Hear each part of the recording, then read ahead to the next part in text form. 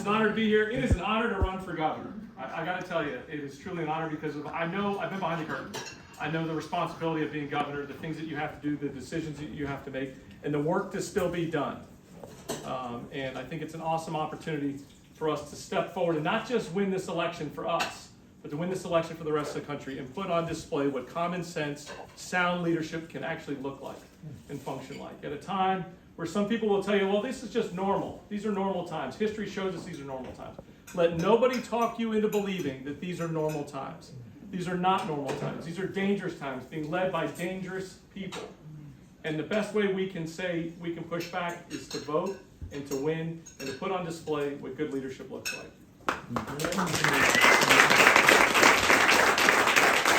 It's been nearly, and I don't have to remind this room too much, but it's been nearly 30 years since the Democrats won the election for governor in Georgia. And we could all come up with individual reasons. Yeah, 1998, Roy Barnes got sworn in. And we can all come up with individual reasons why we think that's the case. Democrats haven't done this, Republicans have done this, whatever. But the reality is it's very simple. We haven't got enough votes. You've got to win more than the base to win an election to be the next governor of Georgia. I'm building that coalition big enough with Democrats, independents, and even this gift called disgusted Republicans that are showing up in droves. But these are folks that just can't do it another minute of their life, and we ought to open up the tent and let them in, even if they disagree with us on one or two issues. Let them in the tent. We'll talk to them. We'll have conversations. We might even agree to disagree. But if we do this right, this won't just be about Geoff winning an election for governor. This will be about Democrats up and down the ticket. In the state house, the state senate, statewide elections, the PSC board, winning elections to put this leadership style on display. Look, there's certainly been skeptics, right? I used to be a Republican, right? I own it. That's where I was at. I was a Republican lieutenant governor. And there's some skeptics that said, Geoff, hey, good for you. You stood up to Donald Trump, but you'll never raise enough money to be relevant. You'll never get enough endorsements to be relevant. And you'll certainly never climb high enough in the polls to be in the runoff. Well, 6 months later, all three of those answers are being answered. We've raised well over $1 million in the first 4 months and on the way to raising millions of dollars. We got endorsements. Thank you very much. Yeah. We're going to talk a little bit about how you can help that effort in a minute. Endorsements. We got James Woodall, past president of the NAACP. We've got labor unions all over the state that are starting to endorse us. We've got Georgia Men for Democracy now. The list is growing around the state. And polls? Yeah, we're second in the polls. We're going to be in a runoff with Keisha Lance Bottoms. We'll have a 4-week sprint to I like my chances. Right? Just quite honest. I'm a little biased, but I like my chances. As Clark said, high name ID, but she's got high unfavorables. When folks are reminded that she was the mayor of record when the city was in chaos, she was the mayor of record when we had the pandemic, those favorables turned unfavorables quickly. And beyond a shadow of a doubt, I'm the best nominee to beat the Republicans. If you make me your nominee, I will beat the brakes off Burt Jones and love every minute of it.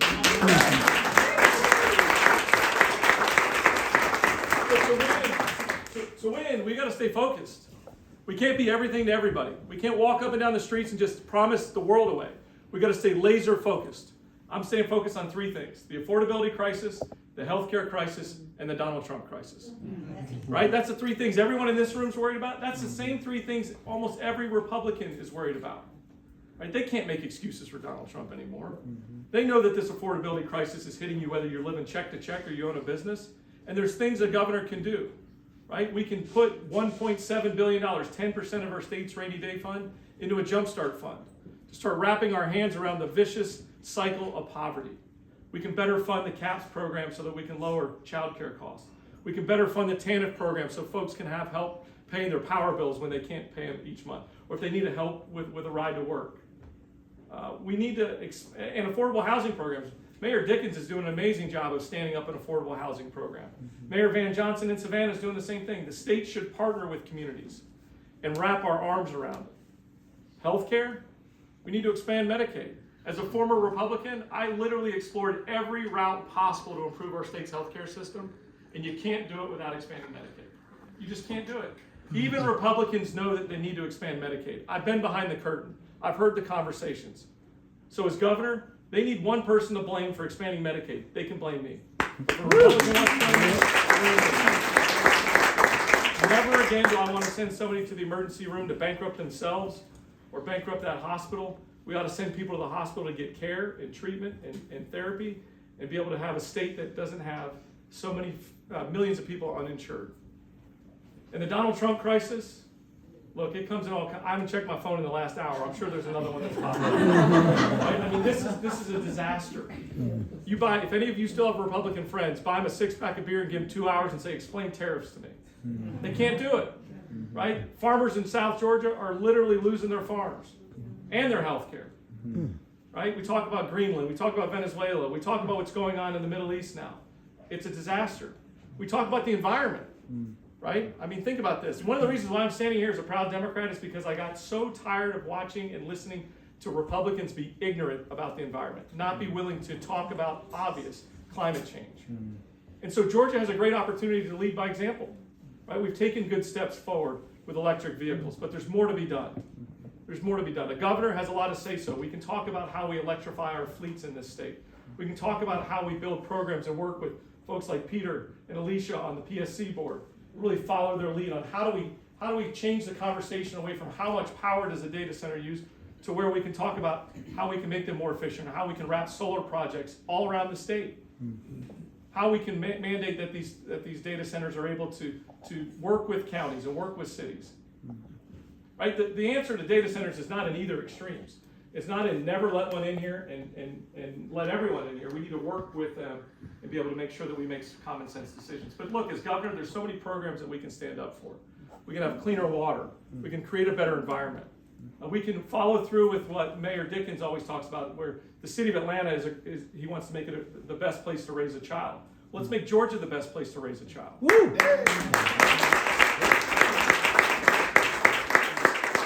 But here's the thing.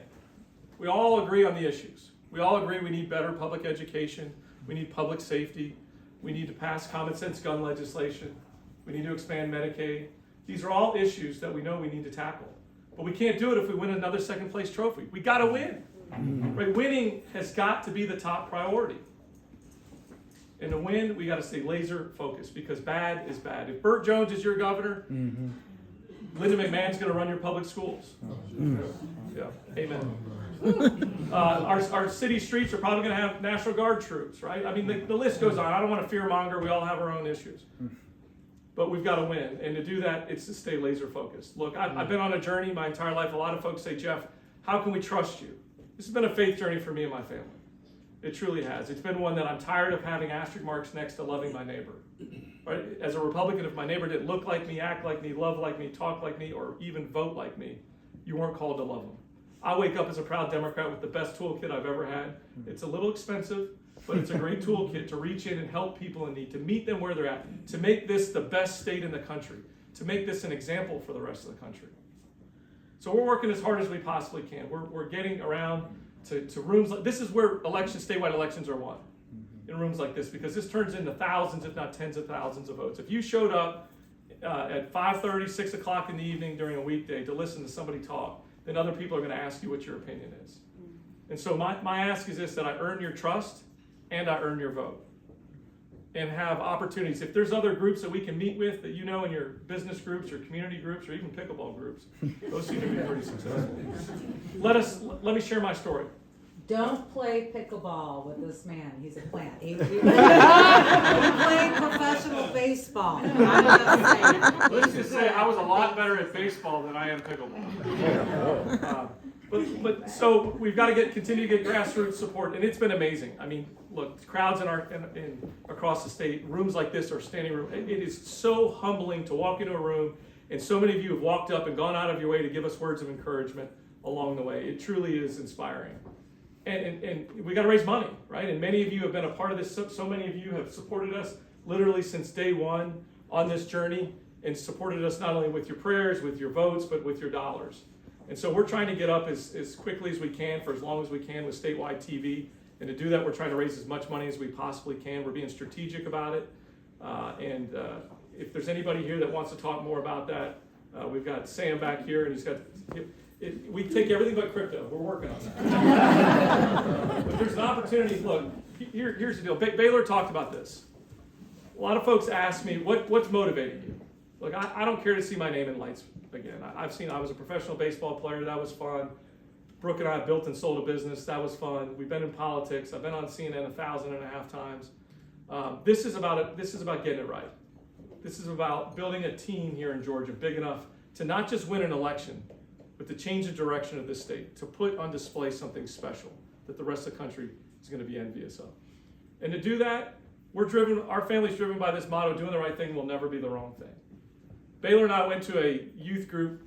One of his youth group leaders asked the dads to come to a campfire. I'm going to embarrass you for a minute. And they said, at the end of this campfire, they handed us a wooden coaster and a Sharpie and said, write something inspiring to your son. And I thought, what a jerk. He should have told me yesterday. I would have thought of something. I feel like I was totally flat-footed, and something popped into my mind: doing the right thing will never be the wrong thing. Love, Dad.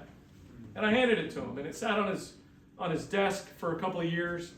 And fast forward to 2020, when things were tough, right? The state troopers were around our house. My wife's getting death threats. The kids are getting picked on at school. We couldn't go out to eat. I mean, it was a mess. And he comes walking downstairs, and he takes that coaster and he hands it to me. He says, hey, Dad, doing the right thing will never be the wrong thing. I'm proud of you. We know the right thing to do. We just need to have the courage to do it. We just need to have the courage to do it.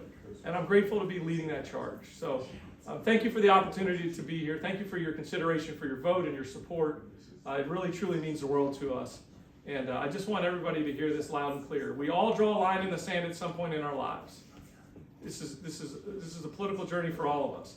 I've drawn a line in the sand, and it's not just against Donald Trump. It's about failed policies that don't work. I'm tired of rubber stamping bad ideas, and I'm glad to find a home here in the Democratic Party. Thank you all so much.